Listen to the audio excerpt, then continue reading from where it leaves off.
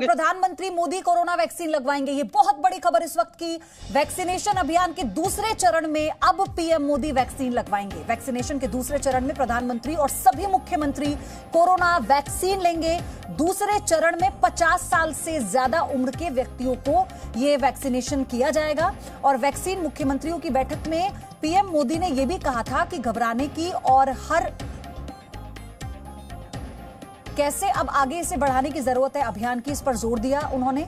और उन्होंने ये भी कहा कि दूसरे फेज में सभी को वैक्सीनेशन करा दिया जाएगा जो भी 50 साल के ऊपर होंगे। ऐसे में सभी सांसद, विधायक, मंत्री जो 50 साल के ऊपर के हैं उन्हें दूसरे चरण में कोरोना का जो टीका है वो लगाया जाएगा, यानी वैक्सीन दी जाएगी। तो फिलहाल एक बहुत बड़ी खबर, पहला चरण जिसकी शुरुआत हुई 16 तारीख को, और अब आपको बता दें इस वक्त की सबसे बड़ी खबर है क्योंकि देश के प्रधानमंत्री नरेंद्र मोदी कोरोना की वैक्सीन लगवाएंगे और साथ ही जितने भी मुख्यमंत्री हैं राज्यों के वो भी वैक्सीन लगवाएंगे। 50 साल के ऊपर के जो सांसद हैं, विधायक हैं, मंत्री हैं, सभी दूसरे चरण के वैक्सीनेशन में शामिल होंगे। तो इस वक्त की बहुत बड़ी खबर। हालांकि वैक्सीन को लेकर लगातार सवाल भी उठाए गए। ये कहा गया कि पहले प्रधानमंत्री वैक्सीन क्यों नहीं लगवाते हैं जब और देशों के राष्ट्रीय अध्यक्ष खुद पर पहले वैक्सीन का ट्रायल लेते हैं, यानी खुद वैक्सीनेशन में शामिल होते हैं।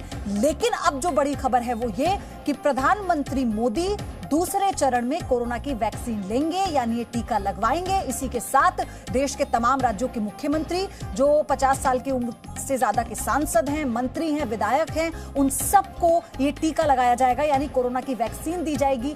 इस वक्त की ये सबसे बड़ी खबर हम आपको बता दें। पहले चरण में वैक्सीनेशन की शुरुआत, हर रोज वैक्सीन लगाई जा रही है और इसके बाद पहले चरण में फ्रंटलाइन वर्कर्स को वैक्सीन लगाई गई, स्वास्थ्य कर्मियों को वैक्सीन लगाई गई और कुछ और बड़े नाम जिन्होंने इस वैक्सीन को लगवाया था, जिसके बाद ये देखा गया कि कैसे इसका असर हो रहा है। और फिर उसके बाद कुछ लोगों में हल्के साइड इफेक्ट्स की जरूर खबरें आई, लेकिन कैसे इस वैक्सीनेशन को अब चरणबद्ध तरीके से बढ़ाया जा रहा है, ये इसी की बानगी, इसी का उदाहरण है। देश के प्रधानमंत्री नरेंद्र मोदी दूसरे चरण में कोरोना की वैक्सीन लगवाएंगे। वैक्सीनेशन अभियान के दूसरे चरण में वैक्सीन लगाएंगे प्रधानमंत्री मोदी। साथ ही जो मुख्यमंत्री हैं तमाम राज्यों के वो भी इस वैक्सीन को लगवाएंगे और 50 साल से ज्यादा उम्र के सांसद, विधायक, मंत्री सभी ये वैक्सीन दूसरे चरण में लगवाने वाले हैं। ये बड़ी खबर इस वक्त की हम आपको बता रहे हैं।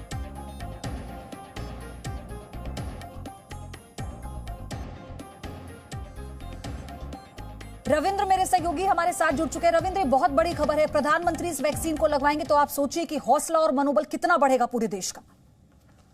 बिल्कुल, आप देखिए कि प्रधानमंत्री ने खुद ही कहा था कि कोई भी पॉलिटिशियन वैक्सीन के क्यू में जंप न करे और उसे तोड़े नहीं। लेकिन जो अभी खबर आ रही है कि उन्होंने और जो सरकार ने तय किया था कि दूसरे फेज में 50 साल से ऊपर के जो उम्र के कोई भी व्यक्ति देशवासी है उसे वैक्सीन दिया जाएगा। तो जाहिर सी बात है अब जितने भी मंत्रिमंडल में है, प्रधानमंत्री और मुख्यमंत्रियों में अधिकतर भी ये सभी 50 के ऊपर है। तो जो एक प्रोटोकॉल खुद प्रधानमंत्री ने तय किया है उस प्रोटोकॉल के तहत ही प्रधानमंत्री दूसरे फेज में कोरोना वैक्सीन खुद लेंगे और उनके कई काबीना मंत्री भी इस वैक्सीन का उपयोग करेंगे। तो कहीं ना कहीं जो प्रोटोकॉल खुद प्रधानमंत्री तय करते हैं, आपने देखा पिछले 6-7 साल से, वो इस बार भी वो उसका पालन कर रहे हैं। रविंद्र, हम ये देख रहे थे कि विपक्षी पार्टियों की तरफ से कहा गया कि ये वैक्सीन खुद पहले प्रधानमंत्री क्यों नहीं लगवाते हैं, तो प्रधानमंत्री ने प्राथमिकता दी पहले फ्रंटलाइन वर्कर्स को, स्वास्थ्य कर्मियों को, और अब वो खुद पर लगवाएंगे। ये एक और बहुत बड़ा मैसेज है जो बाकी देशों के राष्ट्रीय अध्यक्षों ने नहीं किया, वो प्रधानमंत्री मोदी कर रहे हैं। पहले प्राथमिकता दूसरों को दी उन्होंने।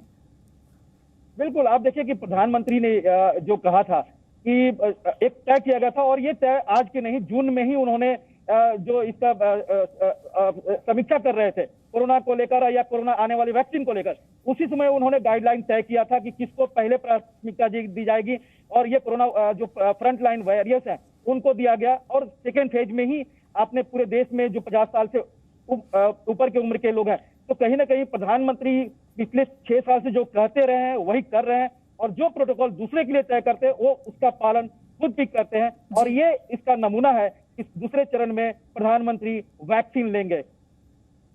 बिल्कुल, और सबसे बड़ी बात रविंद्र ये कहा गया है जो 50 साल की ज्यादा उम्र के सांसद हैं, विधायक हैं, वो भी दूसरे चरण में वैक्सीन लगवाएंगे और साथ ही हर राज्य के मुख्यमंत्री वैक्सीन लेंगे। इसे एक बार कंफर्म कीजिए। बिल्कुल, आप देखिए कि जो हमें जानकारी मिल रही है, प्रधानमंत्री भी लेंगे वैक्सीन, उनके मंत्रिमंडल के सहयोगी भी लेंगे और जो भी मुख्यमंत्री हैं जो लगभग 50 साल से ऊपर के हैं, ठीक है। वो सभी वैक्सीन लेंगे। तो कहीं ना कहीं एक देशवासियों के भरोसा भी होगा कि खुद प्रधानमंत्री आगे आ रहे हैं, तो इसको लेकर कोई हिचकिचाहट दूसरे जो देश। ठीक है रविंद्र, आपका धन्यवाद। आपसे और अपडेट हम लेते रहेंगे, लेकिन इस वक्त की बहुत बड़ी खबर है, जब 16 तारीख को वैक्सीनेशन की शुरुआत हुई थी तो कैसे कोरोना के खात्मे का काउंटडाउन शुरू हुआ था, और अब दूसरे चरण में देश के प्रधानमंत्री और तमाम मुख्यमंत्री इस वैक्सीन को लेंगे। हम बात कर रहे हैं किसान आंदोलन की, जिसको लेकर आज दो महत्वपूर्ण बैठक हैं। ब्रह्म प्रकाश दुबे और राजू राज दोनों मेरे साथ जुड़े हैं। ब्रह्म प्रकाश, आप जो अपडेट दे रहे थे मैं आऊंगी आपके पास, लेकिन बड़ी खबर ये, 11वें दौर की बातचीत से पहले किसानों ने ऐलान किया है 26 जनवरी को कोई अव्यवस्था नहीं फैलाना चाहते हैं किसान। युद्धवीर सिंह किसान नेता, जिन्होंने ये बात की, हम खुले मन से बातचीत के लिए तैयार हैं। अब ये कहना है युद्धवीर सिंह का, 10वें दौर की बातचीत को किसानों ने बेहतर बताया, क्योंकि 10वें दौर की बातचीत में सरकार ने 1.5 साल तक इस कानून को टालने का प्रस्ताव रखा, और इसी पर आज किसान संगठनों की बैठक होनी है। और इसी के साथ जो 22 तारीख को सरकार की बैठक होगी, सबकी निगाहें, पूरे देश की निगाहें उसी बैठक पे टिकी हैं, क्योंकि सरकार की तरफ से भी और किसानों की तरफ से भी ये संकेत मिल रहे हैं कि बातचीत सकारात्मक दिशा में। 26 जनवरी का प्रोग्राम के लिए चर्चा करेंगे, किस तरह से होगा, क्या होगा, प्रशासन से बात करेंगे और उसमें बना के व्यवस्था आज फाइनल करेंगे 26 जनवरी। सर, क्या प्रस्ताव बनता हुआ नजर आ रहा है? पुलिस क्या कह रही है? नहीं, कुछ नहीं, वो तो आपस में बात कर रहे हैं और देख रहे हैं, फिजिबल जो होगा वो निर्णय लेंगे। कल जो मीटिंग हुई थी दिल्ली पुलिस के साथ में, नहीं, सार्थक मीटिंग थी, अच्छी मीटिंग थी, और दोनों एक दूसरे को समझ के बात कर रहे हैं। कोई अव्यवस्था हम फैलाना नहीं चाहते और ना पुलिस ऐसा चाहती है कुछ इस तरह का, तो जो भी होगा ठीक होगा, सार्थक होगा।